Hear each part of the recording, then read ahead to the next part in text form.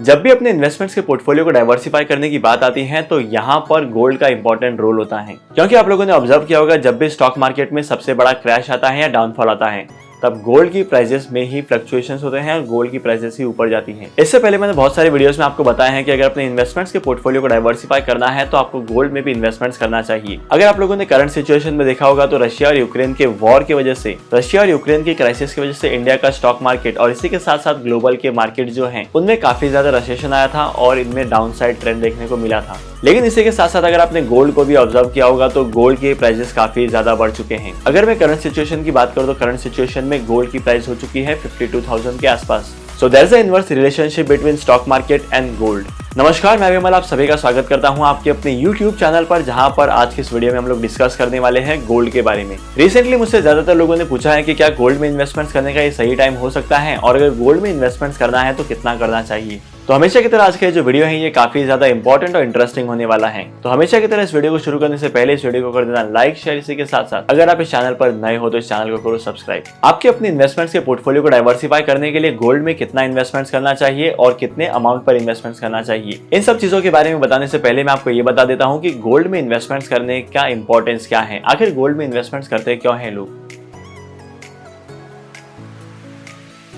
Starting में gold को कहा जाता था गॉड्स मनी और उसके बाद गोल्ड जो है वो प्रेशियस असेट्स में आने लगा और इसी के साथ साथ गोल्ड को एक एक्सचेंज वैल्यू दी गई। अगर आपको कुछ परचेज करना होगा तो आप गोल्ड को लेकर परचेज कर सकते थे। लेकिन अगर मैं रिसेंट डेज की बात करूं तो रिसेंट डेज में गोल्ड जो है वो एक इन्वेस्टमेंट का ऑप्शन बन चुका है और इसी के साथ साथ वैल्यू फॉर मनी बन चुका है। और तो लोग गोल्ड में आज से ही इन्वेस्टमेंट नहीं करते हैं, आज से काफी साल पहले से गोल्ड में इन्वेस्टमेंट करने का ट्रेंड चलते आ रहा है। और इसी के साथ साथ अगर मैं लेटेस्ट मार्केट की बात करूं तो यहाँ पर गोल्ड में इन्वेस्टमेंट करने के भी बहुत सारे ऑप्शंस आ चुके हैं। आप फिजिकल गोल्ड में इन्वेस्टमेंट कर सकते हैं, आप सोवरेन गोल्ड बॉन्ड में इन्वेस्टमेंट कर सकते हैं। सोवरेन गोल्ड बॉन्ड जो होते हैं वो आरबीआई इशू करती है और इसी के साथ साथ यहाँ पर आपको 2.5% का रिटर्न मिलता है। अगर आपको सोवरेन गोल्ड बॉन्ड के बारे में इन डिटेल में जानना है तो आई बटन पर क्लिक करके ये वाली वीडियो देख सकते हैं। और इसी के साथ साथ आप गोल्ड ईटीएफ में इन्वेस्टमेंट कर सकते हैं। ईटीएफ का मतलब होता है एक्सचेंज ट्रेडेड फंड्स। बहुत सारे म्यूचुअल फंड गोल्ड की स्कीम चलाते हैं और स्कीम के अगेंस्ट गोल्ड बाय करते हैं और अपने पास रखते हैं और इनके जो यूनिट्स होते हैं म्यूचुअल फंड को इन्हें एक्सचेंज पर ट्रेड करते हैं, इसीलिए इन यूनिट्स को कहा जाता है एक्सचेंज ट्रेडेड फंड्स। और इसी के साथ साथ आप डिजिटल गोल्ड में भी इन्वेस्टमेंट कर सकते हैं, ये गोल्ड आपके वॉलेट में रहता है। और इन सारे इन्वेस्टमेंट ऑप्शन में इन्वेस्टमेंट कैसे करनी चाहिए इन डिटेल में जानने के लिए मेरे यूट्यूब की वीडियोस को चेकआउट कर लेना, लिंक जो है वो डिस्क्रिप्शन में मिल जाएगी।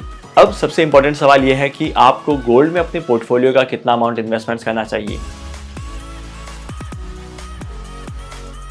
देखो, अपने इन्वेस्टमेंट्स के पोर्टफोलियो को डाइवर्सिफाई करने के लिए आपको minimum 10% of total value of your portfolio investments करना चाहिए। मतलब सपोज आपका इन्वेस्टमेंट का पोर्टफोलियो है 10 लाख रुपए का, तो कम से कम आपका 1 लाख का इन्वेस्टमेंट होना चाहिए गोल्ड में। कम से कम आपको 10% का इन्वेस्टमेंट करना है और इसी के साथ साथ आप जितना इन्वेस्टमेंट कर सकते हैं उतना आपको इन्वेस्टमेंट करना चाहिए। लेकिन आपको डाइवर्सिफिकेशन के बारे में नहीं भूलना है। सारा का सारा इन्वेस्टमेंट गोल्ड में नहीं करना है, और भी इन्वेस्टमेंट ऑप्शन होते हैं वहां पर भी इन्वेस्टमेंट करना है। अब मैं आपको ये बता देता हूँ कि गोल्ड में इन्वेस्टमेंट करने का सही टाइम कब होता है और कैसे इन्वेस्टमेंट करना चाहिए। देखो, जब शेयर मार्केट अच्छा परफॉर्म करता है, शेयर मार्केट में सभी शेयर्स की वैल्यू जो है वो अच्छी होती है, आपके इन्वेस्टमेंट्स का पोर्टफोलियो अच्छा परफॉर्म करता है, तो यहाँ पर आपको स्टॉक मार्केट के साथ साथ गोल्ड में भी इन्वेस्टमेंट्स करना चाहिए। क्योंकि अगर आप स्टॉक मार्केट के क्रैश होने का इंतजार करेंगे तो गोल्ड की प्राइसेस जो है वो बढ़ते जाएगी। और अगर आप गोल्ड में इन्वेस्टमेंट्स करते हैं सही टाइम पर तो आप अपने इन्फ्लेशन को बीट कर सकते हैं। जी हाँ, अगर आप लॉन्ग टर्म के लिए गोल्ड में इन्वेस्टमेंट्स करते हैं तो इन्फ्लेशन को बीट कर सकते हैं। लेकिन अगर आपको ऐसा लगता है कि आप शॉर्ट टर्म में इन्फ्लेशन को बीट कर सकते हैं गोल्ड में इन्वेस्टमेंट्स करके, तो ये थोड़ा सा मुश्किल है। क्योंकि अगर आप रिसेंट ट्रेंड को देखेंगे तो यहाँ पर आपको ये पता चलेगा कि गोल्ड के जो रिटर्न है वो हर साल में इन्फ्लेशन के बराबर है या इन्फ्लेशन के आसपास है। अगर आप गोल्ड को लॉन्ग टर्म के लिए होल्ड करते हो तो ही आप यहाँ पर ज्यादा पैसे कमा सकते हो।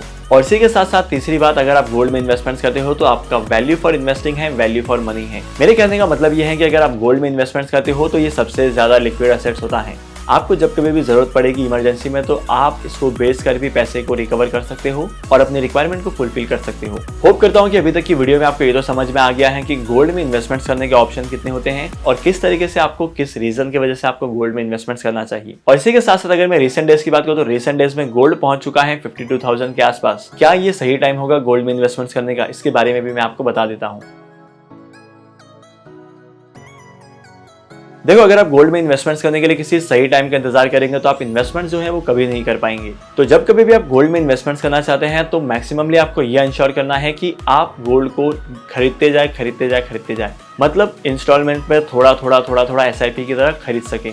अगर आप इस तरीके से इन्वेस्टमेंट्स करते हैं तो आपके इन्वेस्टमेंट्स का कॉस्ट जो है वो एवरेज आउट हो जाएगा और इसी के साथ साथ गोल्ड में इन्वेस्टमेंट्स करना आपको महंगा नहीं पड़ेगा। लेट्स से आज की वैल्यू जो है वो 52,000 की है, आप 52,000 पर 1 ग्राम गोल्ड बाय करते हैं। लेकिन चलो मान लेते हैं कि फ्यूचर में जाकर इसकी वैल्यू कम होती है, सपोज 48,000 या 50,000 के आसपास पहुंच जाती है, तो यहाँ पर भी आप 1 ग्राम का गोल्ड लेते हैं। और अगर फ्यूचर में जाकर इसकी प्राइसेस बढ़ती हैं या घटती हैं तो आप इस हिसाब से इन्वेस्टमेंट्स करते हैं। तो अगर आप इस पैटर्न का इस्तेमाल करके इन्वेस्टमेंट्स करेंगे गोल्ड में तो आपको जो इन्वेस्टमेंट्स की वैल्यू है, आपके जो इन्वेस्टमेंट्स का कॉस्ट है वो भी कम हो जाएगा। तो अपने इन्वेस्टमेंट्स के पोर्टफोलियो को डाइवर्सिफाई करने के लिए गोल्ड में भी आपको इन्वेस्टमेंट्स करना है और कब इन्वेस्टमेंट्स करना है। होप करता हूं कि आज की वीडियो से आपको ये क्लियर हो चुका है। तो आज के इस इंपॉर्टेंट वीडियो को यहीं पर खत्म करते हैं और अगर आपको आज की वीडियो का कंटेंट वैल्यूएबल लगा है तो आज की इस वीडियो को लाइक करो, शेयर करो। इसी के साथ साथ अगर आप इस चैनल पर नए हो तो इस चैनल को करो सब्सक्राइब। मैं आपको मिलूंगा अगली वीडियो में नए टॉपिक के साथ, एक इंटरेस्टिंग टॉपिक के साथ। तब तक के लिए signing off, happy investing and good bye.